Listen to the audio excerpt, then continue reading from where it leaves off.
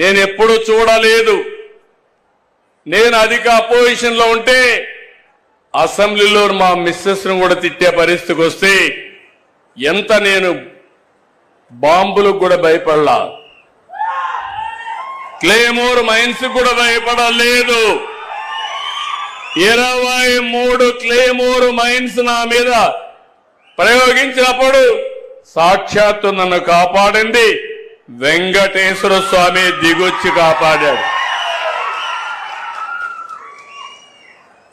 అలాంటి నేనెప్పుడు కూడా వెంకటేశ్వర స్వామి మా ఇంటి దైవం. నేనెప్పుడు మా ఇంటి నుంచి చూస్తే వెంకటేశ్వర స్వామి నామాలు కనపడస్తాయి మంగాపురం ఆ సైడ్ నుంచి.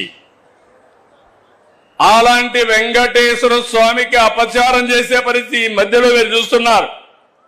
అధికారంలో ఉంటే బూతులు తిడతారు, అపోజిషన్ లో ఉంటే కూడా బూతులు తిడతారు. ఇది ఎక్కడ న్యాయమో ఏమయ్యా? మీకు ఇది కరెక్టేనా? మీకైతే కోపం రాదా? మీ తల్లిని తిడితే మీకు కోపం రాదా? మీ ఇంట్లో వాళ్ళని తిడితే మీకు కోపం రాదా? మనం తిట్టించుకోవడానికి రాజకీయం చేస్తున్నావా? బాధ, ఆవేదన, లెక్కలేనితనం, ఆంబూతుల మారిగా తయారైపోయారు. ఒకసారి రెచ్చగొట్టే ప్రయత్నాలు చేస్తున్నారు. రాష్ట్రాన్ని సర్వనాశనం చేశారు, గంజాయిమయం చేశారు. నేను ఆ రోజు మీకు చెప్పాను ఒక మాట, నేను అన్ని సమస్యలు పరిష్కారం చేస్తాను కానీ గంజాయికి అలవాటు పడిపోతే అది ఒక వ్యసనంగా మారితే వాళ్ళని మార్చడం చాలా కష్టం అని చెప్పాను. మీకు జ్ఞాపకం ఉంటుంది. అదే జరిగింది. మొన్న మదనపల్లిలో చూశారు, మళ్ళీ గంజాయి తాగి మృగంగా ప్రవర్తించే పరిస్థితికి వచ్చాడు. నేను ఒకే మాట చెప్పాను, ఎవడైనా సరే ఈ రాష్ట్రంలో మత్తు సేవించి తద్వారా మానవత్వాన్ని పోగొట్టుకుంటే ఆడబిడ్డల జోలుకొస్తే అదే మీకు చివరి రోజు అవుతుందని ఎన్నోసార్లు చెప్పాను. ఇప్పుడు కూడా ఆ మాట కట్టుబడి ఉన్నాం. నేను ఎవరిని వదిలిపెట్టాను. చట్టం దాని పని చేసుకుంటూ పోతుంది. అలాంటి వ్యక్తులు ఉండాల్సింది జైల్లో అయినా ఉండాలి, లేకుంటే చట్టం ద్వారా ఉరి శిక్షణ అయ్యాలి. ఆ భయంతో ఎవరైతే ఈ తప్పులు చేశారో వాళ్లే అఘాయిత్యం చేసుకునే పరిస్థితి వస్తారు తప్ప ఎవరిని వదిలిపెట్టే పరిస్థితి ఉండదని మరొకసారి మీకు హామీ ఇస్తున్నా. నాకు ఒక వారసత్వంగా వచ్చింది మీరు చెప్పాలి, ప్రజలు ఆలోచించాలి. తిరుమల తిరుపతి దేవస్థానంలో ఒకప్పుడు మీరు తిరుపతి పోయారు, 1924 పోయారా లేదా అని మిమ్మల్ని అడుగుతున్నా. నాసి రకం ప్రసాదాలు అవునా కాదా అని మిమ్మల్ని అడుగుతున్నా. అప్పుడు ఇచ్చిన లడ్డు మీరు తిన్నారా? 1924లో తెస్తే సువాసన వచ్చిందా? నెయ్యి వాసన వచ్చిందా అందులో? నేను అడుగుతున్నా ఒకే మాట. మా తమ్ముడు నామాలు కూడా పెట్టుకున్నాడు, అది పవిత్రత, దేవుని మీద అభిమానం. చాలా మంది ఉన్నాం, ఒక నమ్మకం. ఆ నమ్మకాన్ని, ఆ పవిత్రతను దెబ్బతీసే అధికారం ఎవరికీ లేదు. ఒక మసీదు కావచ్చు, ఒక చర్చ్ కావచ్చు, ఒక దేవాలయం కావచ్చు, ఆ పవిత్రత కాపాడే బాధ్యత తీసుకోవాలి.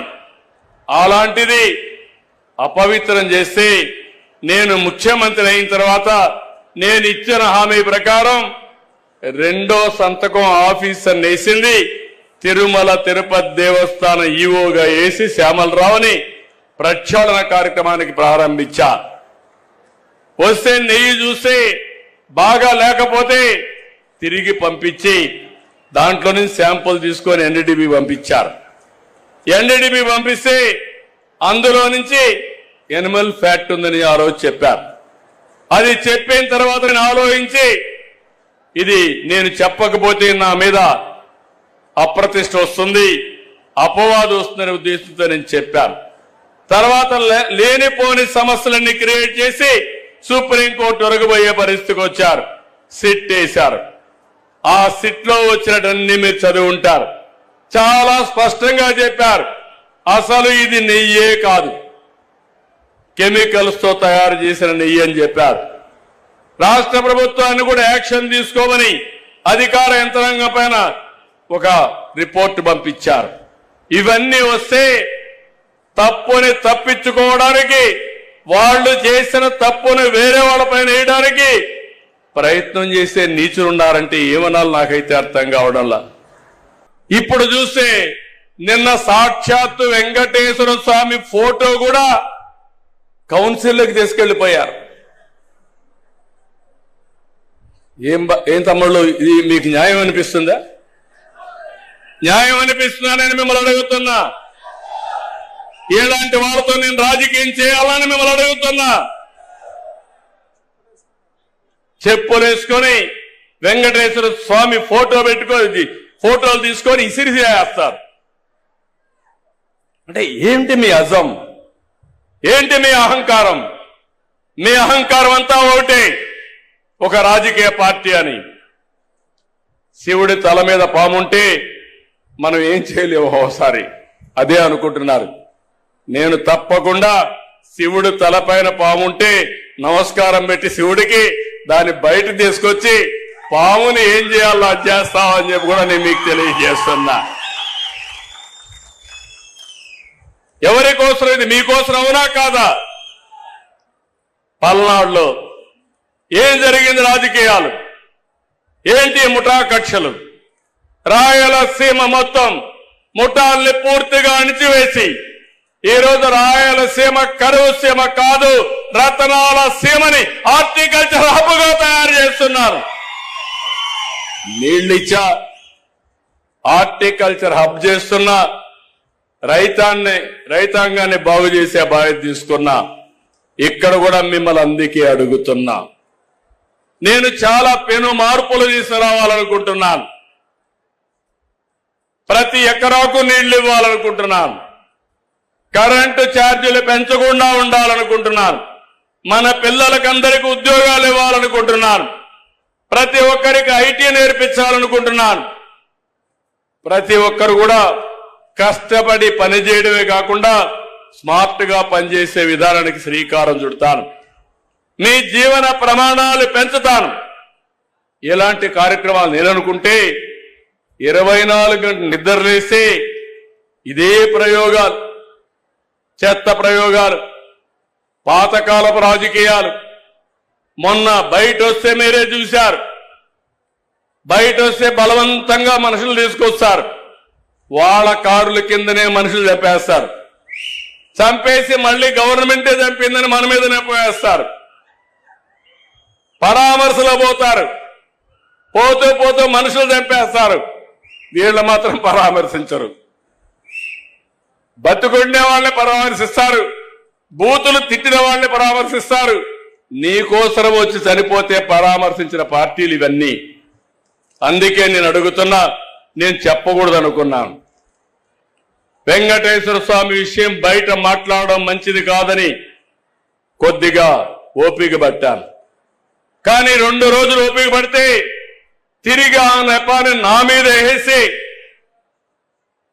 దొంగని తప్పించుకునే పరిస్థితికి వస్తే దొంగను పట్టి నడి రోడ్లో నిలబెట్టవలసిన బాధ్యత, పోలీసింగ్ చేయాల్సిన బాధ్యత నా పైన ఉంది. అవునా కాదా? 2 దఫాలు కాపులు సహకారంతో 2 సార్లు ముఖ్యమంత్రి అయ్యారు. 2 సార్లు కూడా కాపుల్ని టార్గెట్ చేసి అవమానం పాలు చేస్తా ఉన్నారు. అంటే బానిసలుగా బతకాలని వారి అభిప్రాయం అనుకుంటానని. ముందుసారి అయితే రాంబాబు గారి లాగా నన్ను, నా భార్యని, నా కోడల్ని, కొడుకుని కూడా నీచాతి నీచంగా కొట్టించడం, తిట్టించడం, జుట్టు మెలితిప్పి ఖండించిన పోలీసుల చేత చేయించిన మహానుభావుడు చంద్రబాబు నాయుడు గారండి. ఈరోజు ఇదే పరిస్థితి రాంబాబు గారు జరిగింది. నేను ముఖ్యమంత్రిగా ఒకటి కోరుకుంటున్నాను, అయ్యా ఈరోజు కాకపోతే రేపైనా మాకు జరిగిన అవమానం లాంటిది మీ మేడం గారికి, మీకు, మీ కోడల గారికి, మీ అబ్బాయి గారికి జరిగితే మీ ఫీలింగ్స్ ఎలా ఉంటాయో చెప్పాలని నేను కోరుకుంటా ఉన్నానండి. మేము బానిసలు కాదన్నయ్యా, పాకిస్తాన్ నుంచో ఆఫ్ఘనిస్తాన్ నుంచో వలస రాలేదన్నయ్యా, ఇక్కడే పుట్టాం, ఇక్కడే పెరిగామండి. కానీ నీచాతి నీచంగా మమ్మల్ని చూడటం, బాధించడం బాధగా ఉందని ముఖ్యమంత్రి గారు. రెండోది, తిరుపతి లడ్డు విషయంలో అబద్దాల మీద అబద్దాలు రోజు వెల్లించడం సమాజం నవ్వుకుంటుందండి. భక్తుల యొక్క మనోభావాలు దెబ్బతింటున్నాయండి. గుళ్ళకి వెళ్ళకూడదు, గుళ్ళో పెట్టే ప్రసాదం తినకూడదని అభిప్రాయం మీ మాట పెట్టి వారికి కలుగుతుందండి. ఎప్పటికైనా మించిపోయింది లేదు. ఆపేయండి మీ అబద్దాలని, ఇంకా ఆపేసేసి గౌరవంగా క్షమాపణ చెప్తే బాగుంటుందని అనిపిస్తా ఉందండి. క్షమాపణ లేకపోయినా పర్వాలేదు, ఇక్కడితో ముగిస్తే మంచిదని కూడా అనుకుంటా ఉన్నానండి. ముగించకుండా సిబిఐ దర్యాప్తు మీద మళ్ళీ ఒక కమిషన్ వేయటం అన్నది ఏంటి మీ ఉద్దేశం? అందరినీ ముద్దాలకే పెట్టి జైల్లో పెట్టేద్దామనా ఏంటి ముఖ్యమంత్రి గారు? ఎన్నో రిపోర్ట్లు నెగిటివ్గా వచ్చాయే, ఎక్కడా పాజిటివ్గా లేదే. మాటికి గొడ్డు మాంసం అని, పంది మాంసం అని, చేప కొవ్వని, ఆవు కొవ్వని అబద్దాలు వల్లిస్తా ఉన్నారు. ఆపని ముఖ్యమంత్రి గారు, దేవుడి మీద భక్తి పోతా ఉంది. అయ్యా, ఇది మంచి పని కాదు. అధికారం ఇచ్చారు, మన ఇచ్చేది కాదండి రాష్ట్రం, ప్రజలు ఇచ్చారు ఒకసారి అవకాశం, మళ్ళీ పోయింది, మళ్ళీ ఇచ్చారు. సద్వినియోగం చేసుకోండి ముఖ్యమంత్రి గారు, బాధించకండి. గౌరవంగా జీవించే మనుషులను గౌరవంగా జీవించినామనండి, అంతేగాని మీకు బానిసలుగా చేసుకోవడం కోసం మా ఇళ్ల మీద దాడి చేయించే కార్యక్రమం స్వస్తి పలకమని చెప్పేసి